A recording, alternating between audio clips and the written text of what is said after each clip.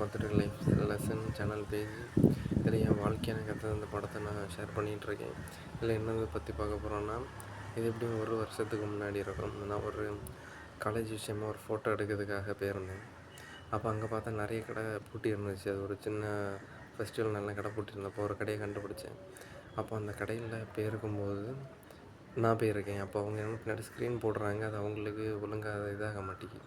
கேமராவில் ஒழுங்காக ஃபோக்கஸ் ஆகி கிளிக் ஆக மாட்டேங்குது, ஃபோட்டோ எடுக்க மாட்டேங்குது. ஸோ அதனால் கொஞ்சம் கொஞ்சமாக அட்ஜஸ்ட் பண்ணிகிட்டே இருக்காங்க. அரை மணி நேரம் ஆகிட்டு இன்னொருத்தவங்க வந்தாங்க. ஸோ அவங்க எனக்காண்டி சப்போர்ட் பண்ணி லைட்டிங்லாம் பார்த்து இது பண்ணி தந்தாங்க. ஸோ அதெல்லாம் பார்க்கும்போது எப்படி எனக்கு அரை மணி நேரம் 3/4 மணி நேரம் ஒர்க்குன்னு பார்த்துக்கோங்களேன். அப்படி இருக்கும்போது அவங்க சப்போர்ட்டிவாக இருந்தாங்க.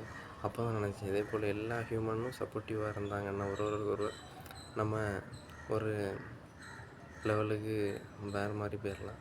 ஸோ அதெல்லாம் நினைக்கும்போது இப்போவும் ஆச்சரியமாக இருக்குது. யாருன்னே தெரியாது எனக்கு, அவங்கள பார்த்ததும் கிடையாது. ஆனாலும் அவங்க எனக்கு சப்போர்ட்டாக ஃபோட்டோ எடுக்க ஹெல்ப் பண்ணாங்க.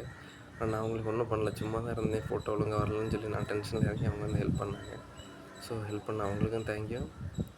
அதில் நான் என்ன சொல்ல வரேன்னா, ஒற்றுமையாக இருந்தாலே போதும்.